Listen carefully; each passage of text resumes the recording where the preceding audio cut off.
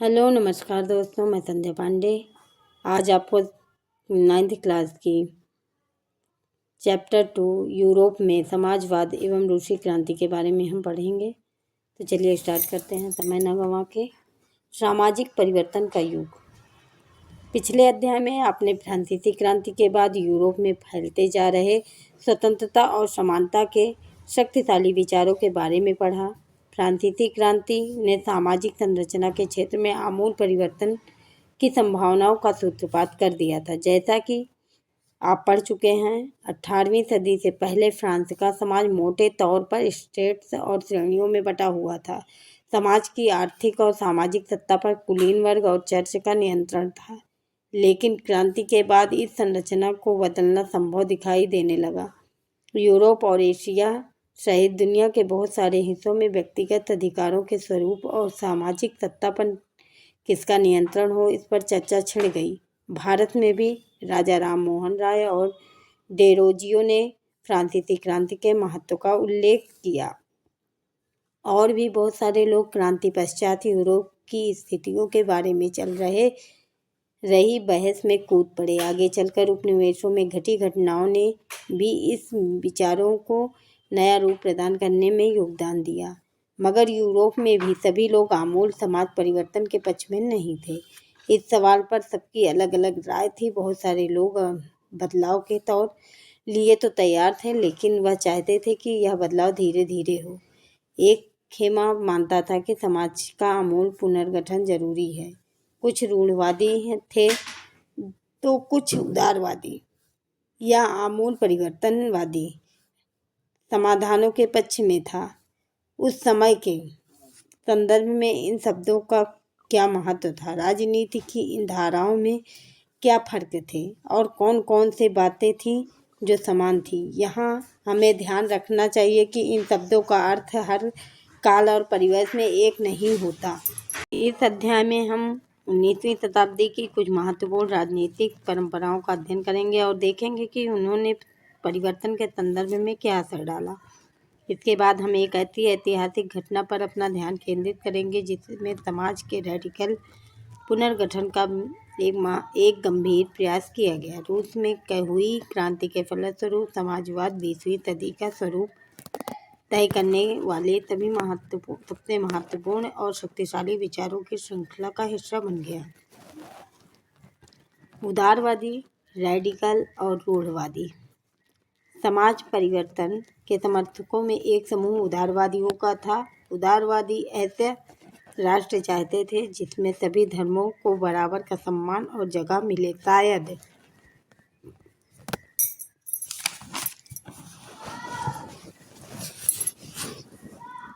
शायद आप जानते होंगे कि उस समय यूरोप के देशों में प्रायः किसी एक धर्म को ही ज़्यादा महत्व दिया जाता था। ब्रिटेन की सरकार चर्च ऑफ इंग्लैंड का समर्थन करती थी। ऑस्ट्रिया और स्पेन कैथोलिक चर्च के समर्थक थे। उदारवादी समूह वंश आधारित शासकों की अनियंत्रित सत्ता के विरोधी थे। वे सरकार के समक्ष व्यक्ति मात्र के अधिकारों की रक्षा के पक्षधर थे। उनका कहना था कि सरकार को किसी के अधिकारों का हनन करने या उन्हें छीनने का अधिकार नहीं दिया जाना चाहिए। यह समूह प्रतिनिधित्व पर आधारित एक ऐसी निर्वाचित सरकार के पक्ष में था जो शासकों और अफसरों के प्रभाव से मुक्त और सुप्रशिक्षित न्यायपालिका द्वारा स्थापित किए गए कानूनों के अनुसार शासन कार्य चलाए। पर यह समूह लोकतंत्रवादी नहीं था। ये लोग सार्वभौमिक वयस्क मताधिकार यानी सभी नागरिकों को वोट का अधिकार देने के पक्ष में नहीं थे। उनका मानना था कि वोट का अधिकार केवल संपत्तिधारियों को ही मिलना चाहिए। इसके विपरीत रेडिकल समूह के लोग ऐसी सरकार के पक्ष में थे जो देश की आबादी के बहुमत के समर्थन पर आधारित हो। उनमें से बहुत सारे लोग महिला मताधिकार आंदोलन के भी समर्थक थे। उदारवादियों के विपरीत ये लोग बड़े जमींदारों और संपन्न उद्योगपतियों को प्राप्त किसी भी तरह के विशेषाधिकारों के खिलाफ थे। वे निजी संपत्ति के विरोधी नहीं थे, लेकिन केवल कुछ लोगों के पास संपत्ति के संकेंद्रण का विरोध जरूर करते थे। रूढ़वादी तबका रेडिकल और उदारवादी दोनों के खिलाफ था, मगर फ्रांसीसी क्रांति के बाद तो रूढ़वादी भी बदलाव की जरूरत को स्वीकार करने लगे। पुराने समय में यानी 18वीं शताब्दी में रूढ़वादी आमतौर पर परिवर्तन के विचारों का विरोध करते थे, लेकिन 19वीं सदी तक आते आते वे भी मानने लगे थे कि कुछ परिवर्तन आवश्यक हो गया है, परंतु वह चाहते थे कि अतीत का सम्मान किया जाए, अर्थात अतीत को पूरी तरह ठुकराया न जाए और बदलाव की प्रक्रिया धीमी हो। फ्रांसीसी क्रांति के बाद पैदा हुई राजनीतिक उथल-पुथल के दौरान सामाजिक परिवर्तन पर केंद्रित इन विभिन्न विचारों के बीच काफ़ी टकराव हुए। 19वीं सदी में क्रांति और राष्ट्रीय कायांतरण की विभिन्न कोशिशों ने इन सभी राजनीतिक धाराओं की सीमाओं और 1.2 औद्योगिक समाज और सामाजिक परिवर्तन। ये राजनीतिक रुझान एक नए युग का द्योतक थे। यह दौर गहन सामाजिक एवं आर्थिक बदलावों का था। यह ऐसा समय था जब नए शहर बस रहे थे, नए नए औद्योगिक क्षेत्र विकसित हो रहे थे, रेलवे का काफ़ी विस्तार हो चुका था और औद्योगिक क्रांति संपन्न हो चुकी थी। औद्योगिकरण ने औरतों, आदमियों और बच्चों को सबको कारखानों में ला दिया। काम के घंटे यानी पाली बहुत लंबी होती थी और मजदूरी बहुत कम थी। बेरोजगारी आम समस्या थी। औद्योगिक वस्तुओं की मांग में गिरावट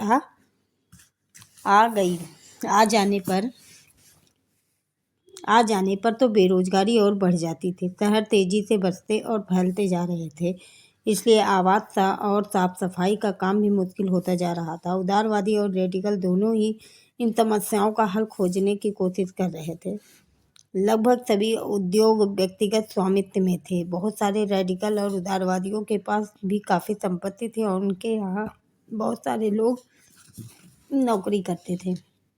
उन्होंने व्यापार या औद्योगिक व्यवसायों के जरिए धन दौलत इकट्ठा की थी, इसलिए वह चाहते थे कि इस तरह के प्रयासों को ज़्यादा से ज़्यादा बढ़ावा दिया जाए। उन्हें लगता था कि अगर मजदूर स्वस्थ हों और नागरिक पढ़े लिखे हों तो इससे व्यवस्था का भरपूर लाभ लिया जा सकता है। ये लोग जन्मजात मिलने वाले विशेषाधिकारों के विरुद्ध थे। व्यक्तिगत प्रयास, श्रम और उद्यमशीलता में उनका गहरा विश्वास था। उनकी मान्यता थी कि यदि हर एक को व्यक्तिगत स्वतंत्रता दी जाए, गरीबों को रोजगार मिले और जिनके पास पूंजी है उन्हें बिना किसी रोक टोक काम करने का मौका दिया जाए, तो समाज तरक्की कर सकता है। इसी कारण 19वीं सदी के शुरुआती दशकों में समाज परिवर्तन के इच्छुक बहुत सारे कामकाजी स्त्री पुरुष उदारवादी और रेडिकल समूहों व पार्टियों के इर्द गिर्द गोलबंद हो गए थे। अंदर देखिए, मताधिकार आंदोलन, इसका मतलब होता है वोट डालने का अधिकार पाने के लिए चलाया गया यह आंदोलन था।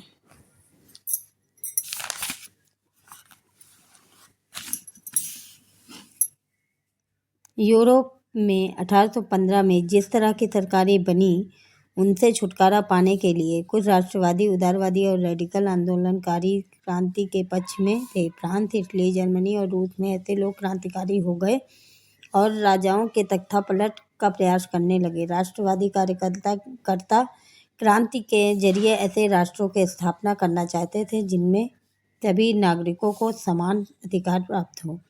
1815 के बाद इटली के राष्ट्रवादी गिसेप्पे मेज़िनी ने यही लक्ष्य प्राप्त करने के लिए अपने समर्थकों के साथ मिलकर राजा के खिलाफ साजिश रची थी। भारत सहित दुनिया भर के राष्ट्रवादी उसकी रचनाओं को पढ़ते थे। 1.3 यूरोप में समाजवाद का आना किस प्रकार आया। समाज के पुनर्गठन की संभवतः सबसे दूरगामी दृष्टि प्रदान करने वाली विचारधारा समाजवाद ही थी। 19वीं सदी के मध्य तक यूरोप में समाजवाद एक जाना पहचाना विचार था।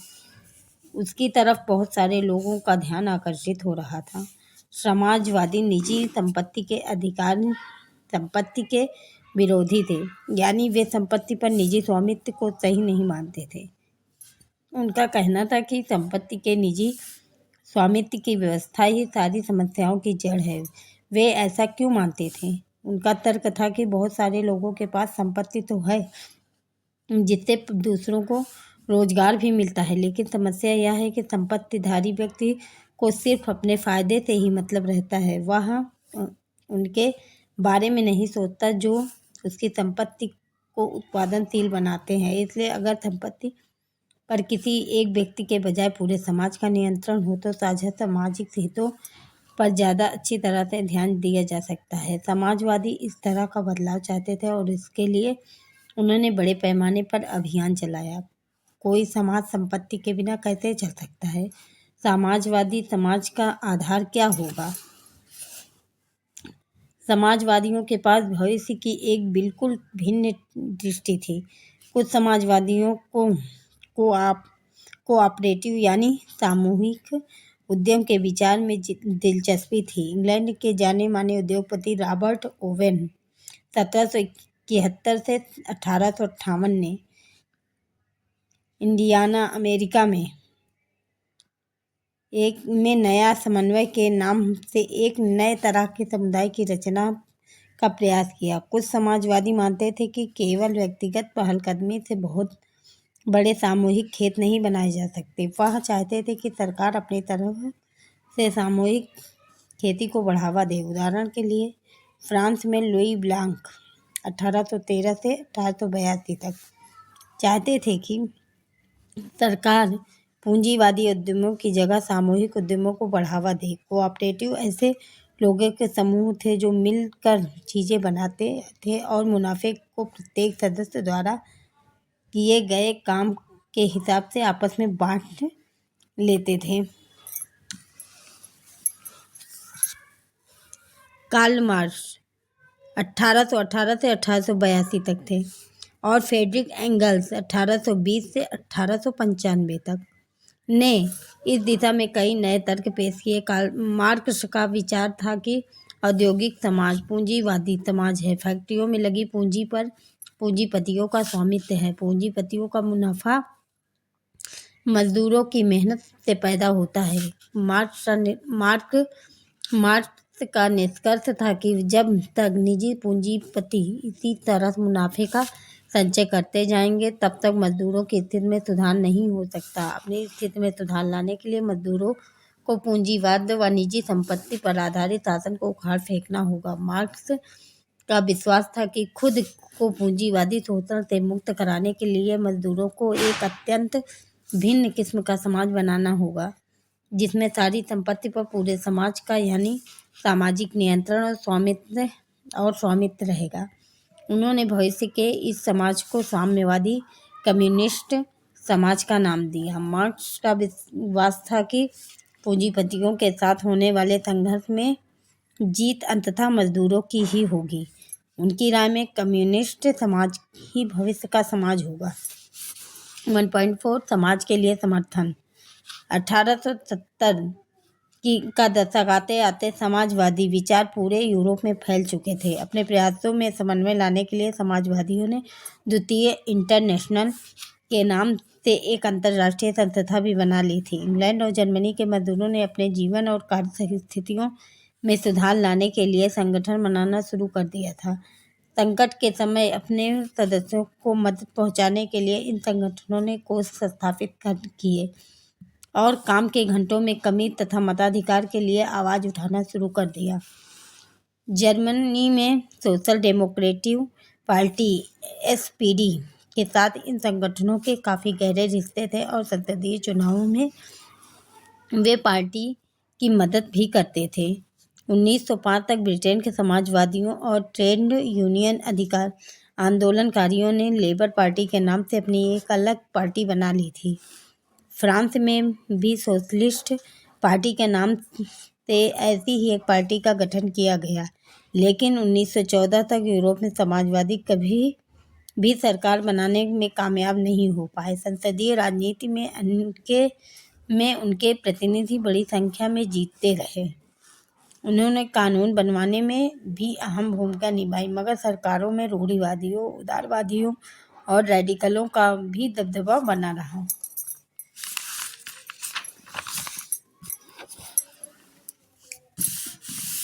अब हम पढ़ेंगे रूस की क्रांति के बारे में। यूरोप के सबसे पिछड़े औद्योगिक देशों में से एक रूस में यह समीकरण उलट गया। 1911 को अक्टूबर क्रांति के जरिए रूस की सत्ता पर समाजवादियों ने कब्जा कर लिया। फरवरी 1917 में राजशाही के पतन और अक्टूबर की घटनाओं को ही अक्टूबर क्रांति कहा जाता है। ऐसा कैसे हुआ? क्रांति के समय रूस के सामाजिक और राजनीतिक हालात कैसे थे? इन सवालों का जवाब ढूंढने के लिए आइए क्रांति में कुछ साल पहले की स्थितियों पर नजर डालें। रूसी साम्राज्य 1914 में रूस और उसके पूरे साम्राज्य पर जार निकोलस द्वितीय का शासन था। जार निकोलस सेकंड का शासन था। मॉस्को के आसपास पड़ने वाले भूक्षेत्र के अलावा आज का फिनलैंड, लातविया, लिथुआनिया, एस्तोनिया और पोलैंड तथा पोलैंड, यूक्रेन व बेलारूस के कुछ हिस्से रूसी साम्राज्य के अंग थे। यह साम्राज्य प्रशांत महासागर तक फैला हुआ था। आज के मध्य एशियाई राज्यों के साथ साथ जॉर्जिया, आर्मेनिया व अजरबैजान भी इसी साम्राज्य के अंतर्गत आते थे। रूस में ग्रीक ऑर्थोडॉक्स चर्च से उपजी शाखा रूसी ऑर्थोडॉक्स क्रिश्चियनिटी को मानने वाले बहुमत थे, लेकिन इन साम्राज्य के तहत रहने वाले ये कैथोलिक, प्रोटेस्टेंट, मुस्लिम और बौद्ध भी शामिल थे। अर्थव्यवस्था और समाज 2.2 अर्थव्यवस्था और समाज। 20वीं सदी की शुरुआत में रूस की आबादी का एक बहुत बड़ा हिस्सा खेतीबाड़ी से जुड़ा हुआ था। रूसी साम्राज्य की लगभग 85% जनता आजीविका के लिए खेती पर ही निर्भर थी। यूरोप के किसी भी देश में खेती पर आश्रित जनता का प्रतिशत इतना नहीं था। उदाहरण के तौर पर फ्रांस और जर्मनी ने खेती पर निर्भर आबादी 40-50% से ज़्यादा नहीं थी। रूसी साम्राज्य के किसान अपनी ज़रूरतों के साथ साथ बाजार के लिए भी पैदावार करते थे। रूस अनाज का एक बहुत बड़ा निर्यातक था। उद्योग बहुत कम थे। सेंट पीटर्सबर्ग और मॉस्को प्रमुख औद्योगिक इलाके थे। हालांकि ज़्यादातर उत्पादन कारीगर ही करते थे, लेकिन कारीगरों की वर्कशॉपों के साथ साथ बड़े बड़े कल कारखाने भी मौजूद थे। बहुत सारे कारखाने 1890 के दशक में चालू हुए थे, जब रूस के रेल नेटवर्क को फैलाया जा रहा था। उसी समय रूसी उद्योगों में विदेशी निवेश भी तेजी से बढ़ा था। इन कारकों के चलते कुछ ही सालों में रूस के कोयला उत्पादन में 2 गुना और स्टील उत्पादन में 4 गुना वृद्धि हुई थी। सन 1900 तक कुछ इलाकों में तो कारीगरों और कारखाना मजदूरों की संख्या लगभग बराबर हो गई थी। ज़्यादातर कारखाने उद्योगपतियों की निजी संपत्ति थे। मजदूरों को न्यूनतम वेतन मिलता रहे और काम की पाली के घंटे निश्चित हों। इस बात का ध्यान रखने के लिए सरकारी विभाग बड़ी फैक्ट्रियों पर नज़र रखते थे, लेकिन फैक्ट्री इंस्पेक्टर भी नियमों के उल्लंघन को रोक पाने में नाकामयाब थे। कारीगरों की इकाइयों और वर्कशॉपों में काम की पाली प्रायः 15 घंटे तक खिंच जाती थी, जबकि कारखानों में मजदूर आमतौर पर 10-12 घंटे की पालियों में काम करते थे। मजदूरों के रहने के लिए भी कमरों से लेकर डॉर्मिटरी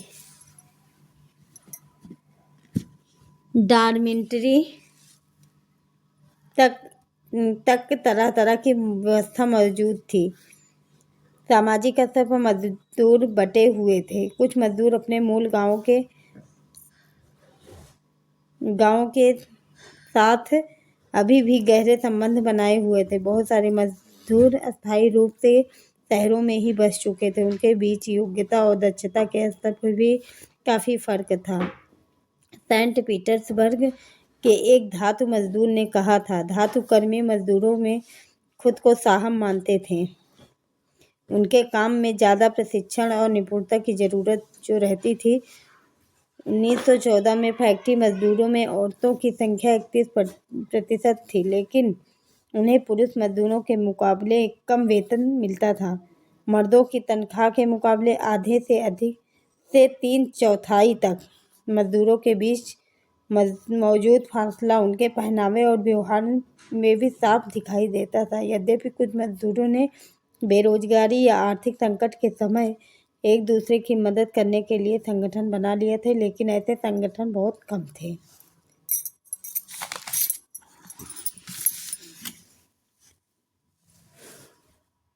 इन विभेदों के बावजूद जब किसी को नौकरी से निकाल दिया जाता था या उन्हें मालिकों से कोई शिकायत होती थी तो मजदूर एकजुट होकर हड़ताल भी कर देते थे। 1896 से 1897 के बीच कपड़ा उद्योग में और 1902 में धातु उद्योग में ऐसी हड़तालें बड़ी संख्या में आयोजित की गई।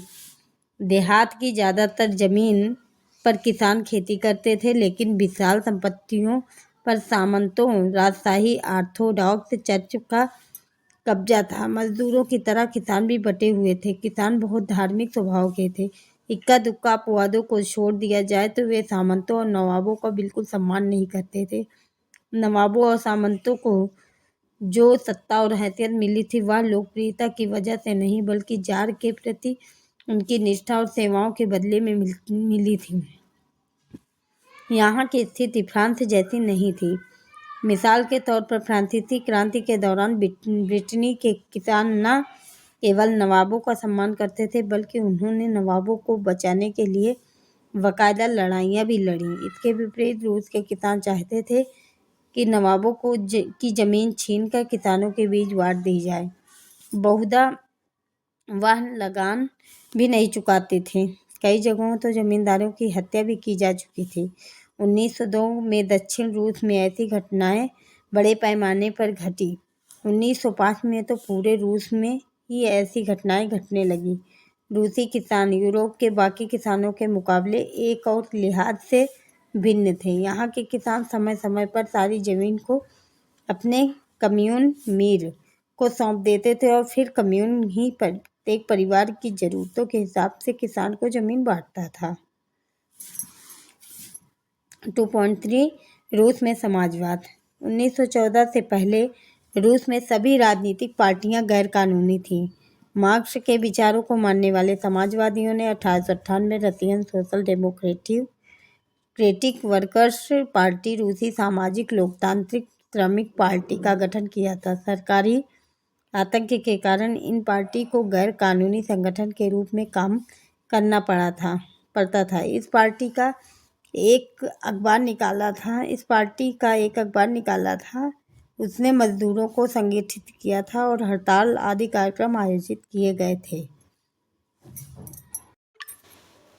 कुछ रूसी समाजवादियों को लगता था कि रूसी किसान जिस तरह समय समय पर जमीन बांटते हैं, उससे पता चलता है कि वह स्वाभाविक रूप से समाजवादी भावना वाले लोग हैं। इसी आधार पर उनका मानना था कि रूस में मजदूर नहीं बल्कि किसान ही क्रांति की मुख्य शक्ति बनेंगे। वे क्रांति का नेतृत्व करेंगे और रूस बाकी देशों के मुकाबले ज़्यादा जल्दी समाजवादी देश बन जाएगा। 19वीं सदी के आखिर में रूस के ग्रामीण इलाकों में समाजवादी काफ़ी सक्रिय थे। सन 1900 में उन्होंने सोशलिस्ट रेवोल्यूशनरी पार्टी, समाजवादी क्रांतिकारी पार्टी का गठन कर लिया। इस पार्टी ने किसानों के अधिकारों के लिए संघर्ष किया और मांग की कि सामंतों के कब्जे वाली जमीन फौरन किसानों को सौंप दी जाए। किसानों के सवाल पर सामाजिक लोकतांत्रिक खेमा समाजवादी क्रांतिकारियों से सहमत नहीं था, लेकिन लेनिन का मानना था कि किसानों में एकजुटता नहीं है, वे बटे हुए हैं। कुछ किसान गरीब थे, कुछ अमीर, कुछ मजदूरी करते थे तो कुछ पूंजीपति थे जो नौकरों को से खेती करवाते थे। इन आपसी विभेदों के चलते वे सभी समाजवादी आंदोलन का हिस्सा नहीं हो सकते थे। सांगठनिक रणनीति के सवाल पर पार्टी में गहरे मतभेद थे। व्लादिमीर लेनिन बोल्शेविक खेमे के मुखिया थे।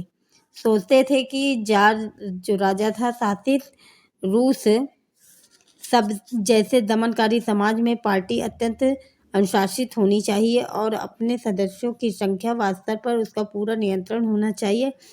दूसरा खेमा मेन सेविक मानता था कि पार्टी में सभी की सदस्यता दी जानी चाहिए। तूफान 4 उथल पुथल का समय था। 1905 की क्रांति।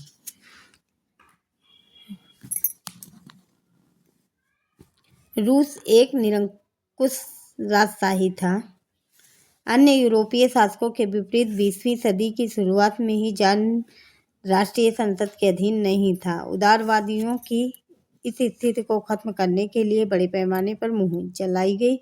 1905 की क्रांति के दौरान उन्होंने संविधान की रचना के लिए सोशल डेमोक्रेट और समाजवादी क्रांतिकारियों को साथ लेकर किसानों और मजदूरों के बीच काफी काम किया। रूसी साम्राज्य के तहत उन्हें राष्ट्रवादियों जैसे पोलैंड में और इस्लाम के आधुनिकीकरण के समर्थक जदीदियों मुस्लिम बहुल इलाकों में का भी समर्थन मिला। रूसी मजदूरों के लिए 1904 का साल बहुत बुरा रहा। जरूरी चीज़ों की कीमतें इतनी तेजी से बढ़ी कि वास्तविक वेतन में 20% तक की गिरावट आ गई। उसी समय मजदूर संगठनों के सदस्यों में भी तेजी से वृद्धि हुई। जब 1904 में ही गठित की गई असेंबली ऑफ रशियन वर्कर्स रूसी धार्मिक सभा के 4 सदस्यों को प्यूतलो आयरन वर्कर्स में उनकी नौकरी से हटा दिया गया तो मजदूरों ने आंदोलन छेड़ने का ऐलान कर दिया। अगले कुछ दिनों के भीतर सेंट पीटर्सबर्ग के 1,10,000 से ज़्यादा मजदूर काम के घंटे घटाकर 8 घंटे किए जाने लगे। वेतन में वृद्धि और कार्य स्थितियों में सुधार की मांग करते हुए हड़ताल पर चले गए। इसी दौरान जब पादरी गैपान के नेतृत्व में मजदूरों का एक जुलूस विंटर पैलेस जार का महल के सामने पहुंचा तो पुलिस और कोसैक्स के मजदूरों पर हमला बोल दिया। इस घटना में 100 से ज़्यादा मजदूर मारे गए और लगभग 300 घायल हुए। इतिहास में इस घटना को खूनी रविवार के नाम से याद किया जाता है। 1905 की क्रांति की शुरुआत इसी घटना से हुई थी। सारे देश में हड़तालें होने लगीं। जब नागरिक स्वतंत्रता के अभाव का विरोध करते हुए विद्यार्थी अपनी कक्षाओं का बहिष्कार करने लगे तो विश्वविद्यालय भी बंद कर दिए गए। वकीलों, डॉक्टरों, इंजीनियरों और अन्य मध्यवर्गीय कामगारों ने संविधान सभा के गठन की मांग करते हुए यूनियन ऑफ यूनियन की स्थापना कर दी। निरंकुश राजशाही राजा का बिना रोक टोक शासन। जदीदी रूसी साम्राज्य में सक्रिय मुस्लिम सुधारवादी। वास्तविक वेतन यह इस बात का पैमाना है कि किसी व्यक्ति के वेतन में वास्तव में कितनी चीजें खरीदी जा सकती हैं।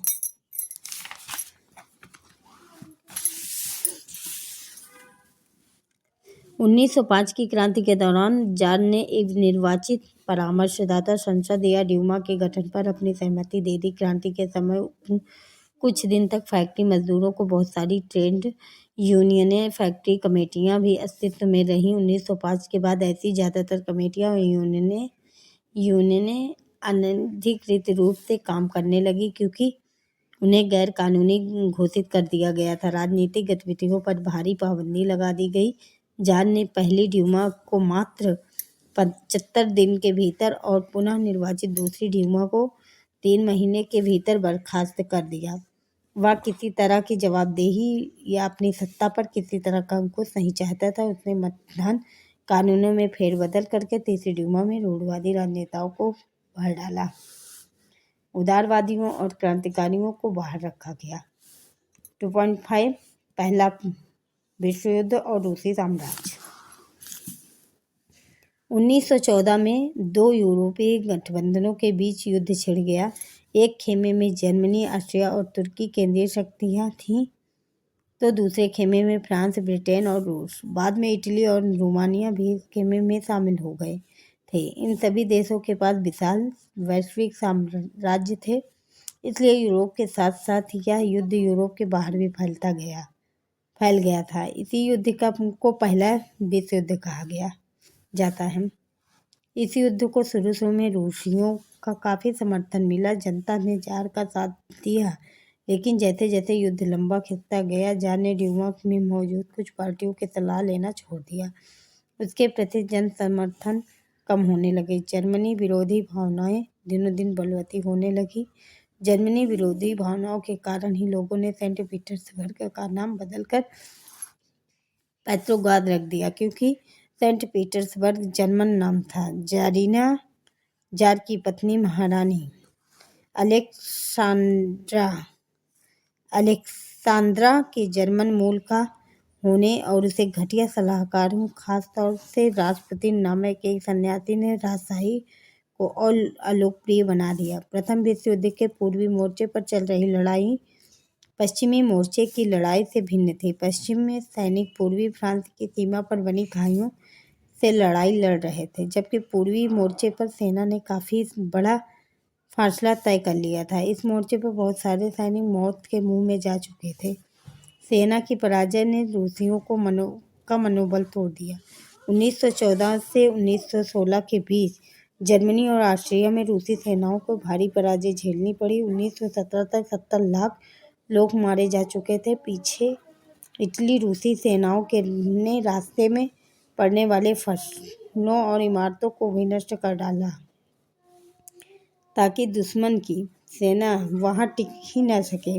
फसलों और इमारतों के विनाश से रूस में 30 लाख से ज़्यादा लोग शरणार्थी हो गए। इन हालात ने सरकार और जार दोनों को अलोकप्रिय बना दिया। सिपाही भी युद्ध से तंग आ चुके थे। अब वे लड़ना नहीं चाहते थे।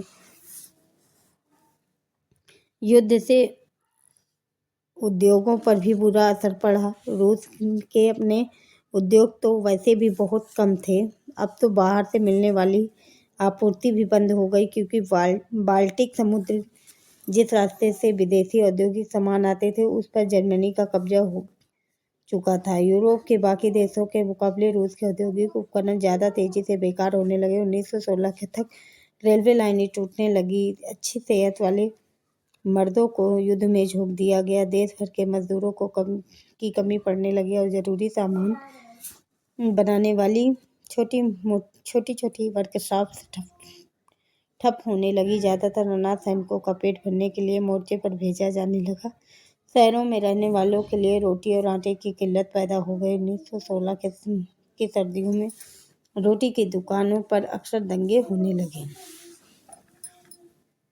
पहले विश्व के दौरान रूसी सिपाही शाही रूसी सेना को रूसी स्टीम रोलर कहा जाता था। यह दुनिया की सबसे बड़ी सशस्त्र सेना थी। जब इस सेना ने अपनी निष्ठा बदलकर क्रांतिकारियों का समर्थन देना शुरू कर दिया, तो जार की सत्ता ढह गई।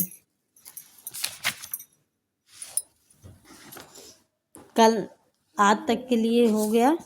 अब कल हम पढ़ेंगे पेट्रोग्राद में फरवरी क्रांति। Thank you, bye bye.